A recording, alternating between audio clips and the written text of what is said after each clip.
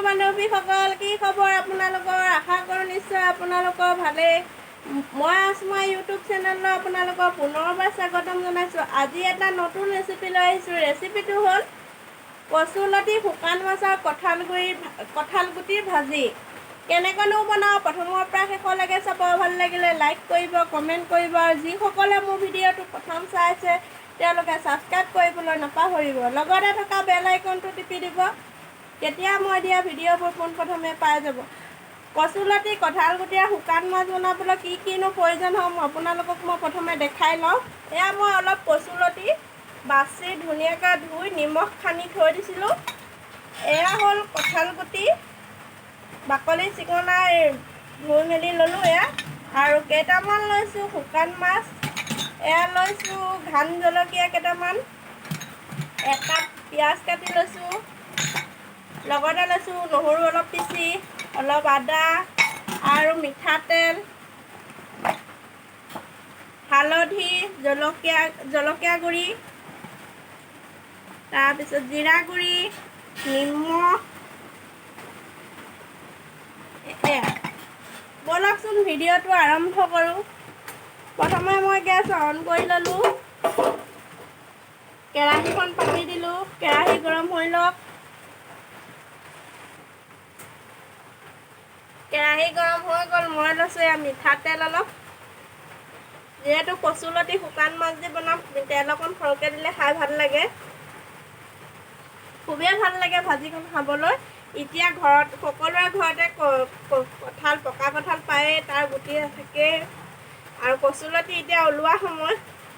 সেই গতিকে ভাবিলোঁ মই ঘৰত বনাইছোঁ যদি আপোনালোকলৈ এটা শ্বেয়াৰ কৰি দিওঁ, আপোনালোকৰ সুবিধা হ'ব।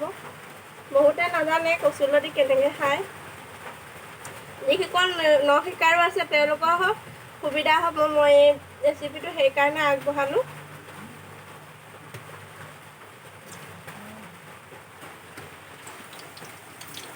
তেল গৰম হৈ গ'ল। মই এতিয়া দিছোঁ পিঁয়াজখিনি ৰঙা হ'বলৈ দিম। পিঁয়াজ ৰঙা হৈ গ'ল। এতিয়া মই দিছোঁ এচামুচ নহৰুখিনি ৰঙাকৈ ভাজি ল'ম।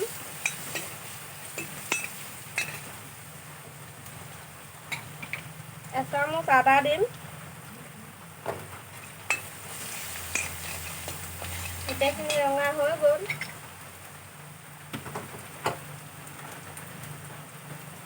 এতিয়া মই দিছোঁ এচামুচ হালধি পাউডাৰ,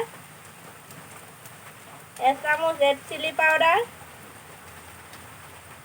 আধা চামুচ জিৰা পাউডাৰ, আধা চামুচ ধনিয়া পাউডাৰ, এচামুচ সোৱাদ অনুযায়ী নিমখ।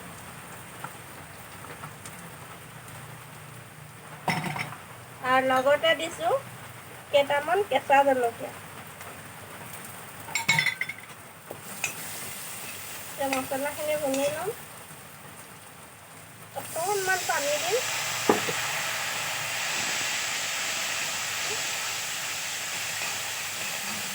মছলা ভজা হৈ গ'ল। এতিয়া মই দিছোঁ শুকান মাছ আৰু এয়া কঁঠাল গুটিবিলাক মিহি মিহিকৈ কাটিছোঁ, তেতিয়া সোনকালে সিজিব। আৰু লগতে দিম কচুলতি গুটি।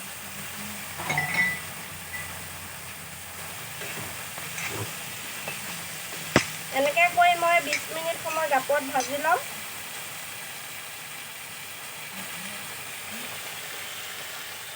এয়া ঢাকোন মাৰি দিছোঁ 20 মিনিট সময়ৰ কাৰণে।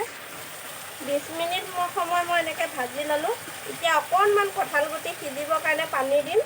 বেছি পানী দিলে আকৌ বিজলুৱা হ'ব, সেইকাৰণে অকণমান দিছোঁ মই কঁঠাল গুটিখিনি সিজিবৰ কাৰণে। এনেকৈ কৰি মই 20 মিনিট সময় সিজাম। তাৰপিছত মোৰ কচুলতি শুকান মাছ কঁঠাল গুটি ভাজি ৰেডি হৈ যাব। এনেকৈ ল' ফ্লেমত দি দিম। এয়া মোৰ কঁঠাল গুটি আৰু শুকান মাছ কচুলতি ভাজি ৰেডি হৈ গ'ল। কঁঠাল গুটি সিজিলে দেখিছে, ধুনীয়া সিজি গ'ল।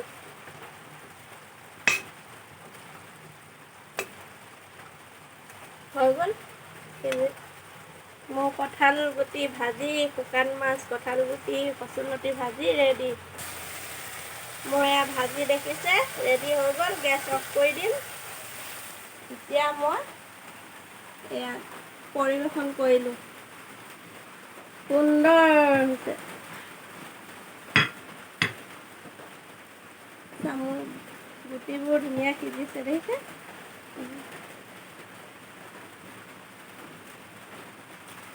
যিসকলে কচুলতি, শুকান মাছ, কঁঠাল গুটি ভাজি খাই ভাল পায় কমেণ্ট কৰিব। আৰু যদি ভিডিঅ'টো ভাল লাগে লাইক কৰিব নাপাহৰিব, শ্বেয়াৰ কৰিব নাপাহৰিব। অন্য এটা ভিডিঅ'ত লগ পাম।